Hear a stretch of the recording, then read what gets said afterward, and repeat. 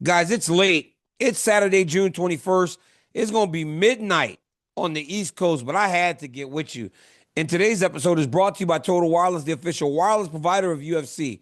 They're in your corner with unlimited 5G data that won't slow you down. Oh, my goodness. Jon Jones just walked away. Dana White announced it after the UFC fight night in Baku, Azerbaijan.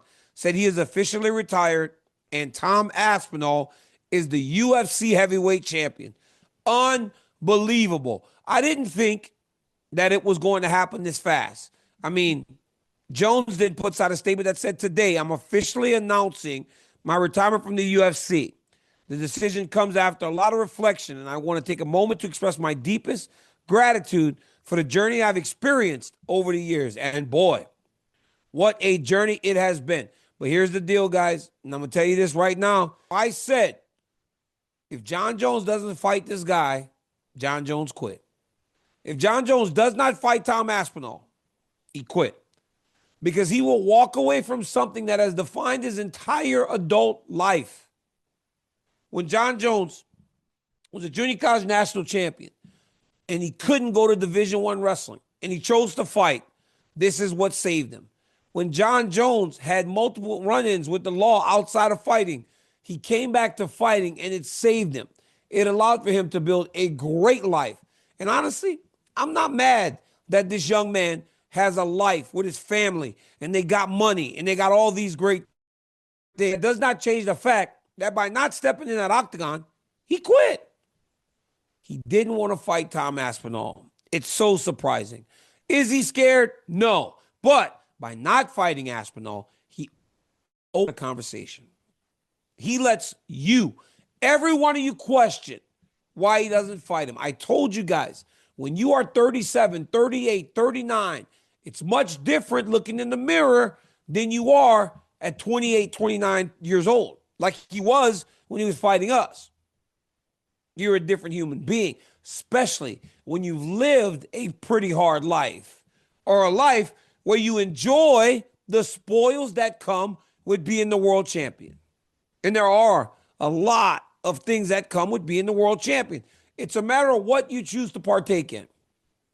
When Jon and I fought the first time, he was partaking in some stuff. So it seems as though he's lived a pretty fun life. And you got a young, hungry champion that goes, I want to kick this dude's ass, especially when you know you've got millions of dollars in the bank. You're doing very well. You just bought a brand new, beautiful home in Albuquerque, but you know what it takes. You know what you went through to beat me. You know what you went through to beat Stipe. You know what you went through to beat Gustafsson. You know what it took to get there, but you don't have that desire to do so.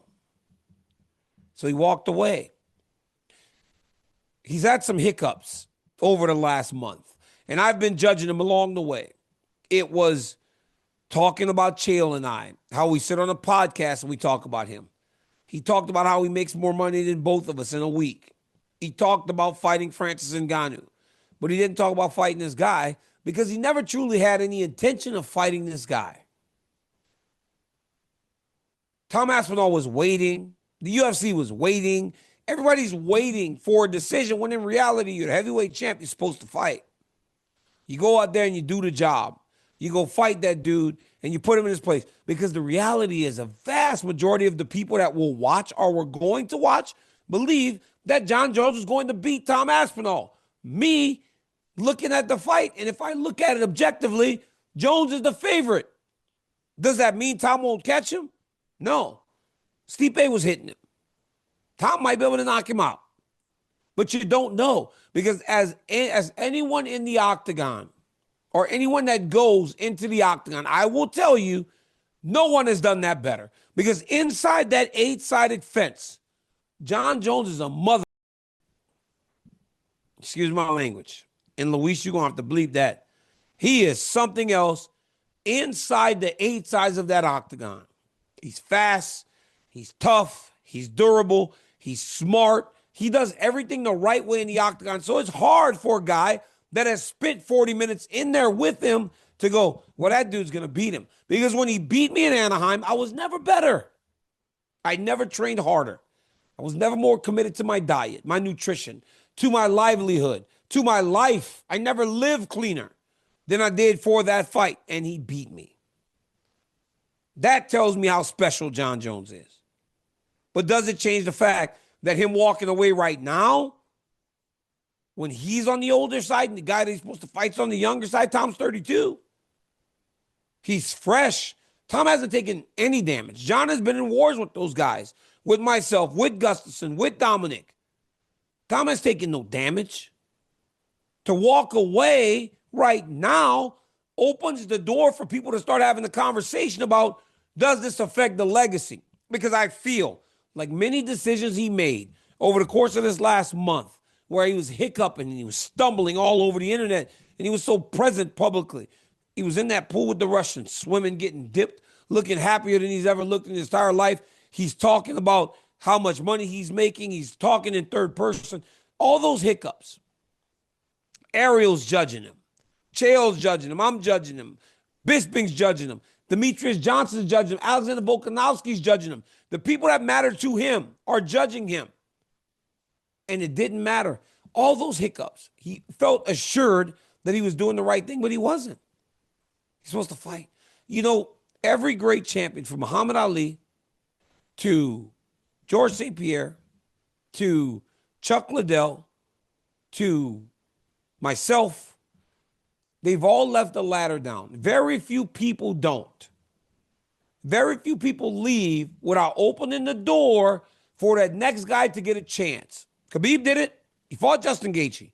He fought Dustin Poirier after McGregor, his biggest pay-per-view and biggest payday of all time. He dropped the ladder to the next guy and said, on the way out, I will give another guy a chance to see if he can supplant me. If he doesn't do it, I'm done. It happened. Khabib did it. Demetrius Johnson did it with Henry Cejudo. You give the guy a chance. You give the guy a chance. In wrestling, in basketball, I made the Michael Jordan comparison to the Lakers. I made the Kobe Bryant comparison. LeBron James, all the great basketball players, when the Cowboys were the rivalry, they had to go through the 49ers when they were the dynasty in the 90s. But you always got to give that opportunity. Floyd Mayweather never really gave that opportunity. Floyd said, I'm going to protect what I got, make a lot of money and take the fights when I want them, where I want them. That's what Jon's doing. Doesn't want to fight Tom. And I honestly feel like if Tom loses, he would come back. And that's crazy to me because that's going to only make it worse. Now, outside of all that, we know Jon Jones has a history of things with the law. And today, I find out through people on the internet, because even today, they still love to send me things about Jon Jones. That Jon Jones has a pending thing in Albuquerque right now. That's just sad. Because I watched Kevin Garnett talk about basketball and start crying. It made me question, what does this guy's life look like when he does not have this? I felt when I was watching that Jon Jones is so tied to mixed martial arts. What does life look like when it's gone? It will leave such a void, as it does for so many fighters. I guess this is what it said. There's a criminal complaint against Jon Jones. It stated that an Albuquerque police officer was investigating a traffic crash near San Mateo and Lomas when she came across a woman in the front passenger seat of one of the cars exhibiting signs of significant intoxication and lacking clothing from the waist down. I got this from the Albuquerque Journal, which was sent to me. The woman reportedly said Jones was the driver but fled the scene on foot. She didn't call Jones, the complaint stated, and the police service aide spoke to the man on the other end of the call, believed to be Jones. He appeared to be heavily intoxicated and made statements implying his capacity to employ lethal force through third parties, through the PSA. The court record stated the PSA requested backup after what was believed to be a threat when a police officer then talked to Jones and said similar allusions to violence were made. The man on the phone never answered direct questions about whether he was Jones, the complaint stated. When interviewed in person a few days after the crash, Jones said the woman found in the car had left his house earlier in the day intoxicated and called him after getting in a crash, at which time Jones said the person she handed the phone to immediately opened a conversation with unprofessional language, which led to him doubting the legitimacy of the individual's claim. The woman later told police she drank alcohol and consumed mushroom at Jones's house and recalled needing to change her clothes at his house. And her next recollection was being at the scene of the crime, the traffic accident. She said the last person she remembered driving her car was Jones. The court record indicated. Police said Jones called the woman's phone 13 times from the time of the crash until 11:34 a.m. the following morning. And that text messages from his phone were included, though they could not be captured in call detail records. The police report indicated the crash happened February 21st, but also in one place stated an officer conducted follow-up interviews on January 24th. It's unclear why the charge against Jones wasn't filed until months after the incident. There's no indication that the charges and the decision to retire are connected. That's the whole statement from the Albuquerque Journal, that in January Jones had an issue. The saddest thing about this to me is that it's not surprising.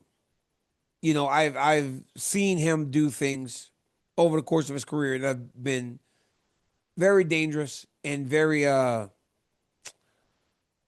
it's just not smart. I hope that as he goes into this next phase of his career, if it's over forever, he fills the void with something positive. He's got some beautiful children. He's got a longtime girlfriend. He needs to fill that time with those people if he's going to be able to come out of the other side of his career with something else. Because even if you have a lot of money, you can have money and still not have purpose. His purpose is in those beautiful kids of his. His purpose is in that beautiful woman of his. That's his purpose. He needs to find a way to lock in on that and not all these other things. Because if I never heard another story like that about Jon Jones, that would not be soon enough. I don't want to hear that. I don't celebrate that. So when people send me the article and goes, wow, trash, this guy, that doesn't really make me happy. It makes me look at another black athlete that is struggling. I hope this guy gets it together, man. Beating Tom Aspinall would have further legitimized his career. I don't know that he needs it. He won unbeaten in 20 UFC fights, won 16 UFC title fights. He's done it all. But what happened today opens a conversation for us to question whether or not he ran away. I will go to my grave believing he quit instead of fighting that guy. I can also hope that this dude gets that other stuff under control. I read you the entire article. I didn't make nothing up. That was word for word, verbatim. Jon Jones got to get this shit together, man.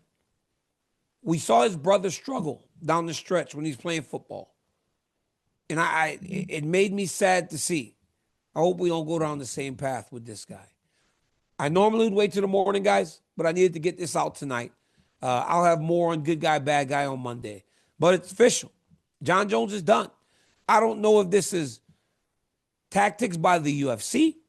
I don't know that this is frustrations with Jon Jones. I don't know what this is. Does it feel like the end completely? I hope it does. Because if he cares about his legacy, he doesn't want to be sitting there beating up on guys that may get past Tom Aspinall. They gave him the money. They agreed to everything. And he still just would not do it. I'm going to bed. I'm tired. Like this, my head's spinning. It was crazy when Dana said that. But thank you guys for the support. I appreciate it. I said I wasn't making any more Jon Jones videos, and then this happened. So I'll make another Jon Jones video. Jon, get it together, man. Until next time, guys. Like, subscribe, and tell your friends about my YouTube channel. Peace.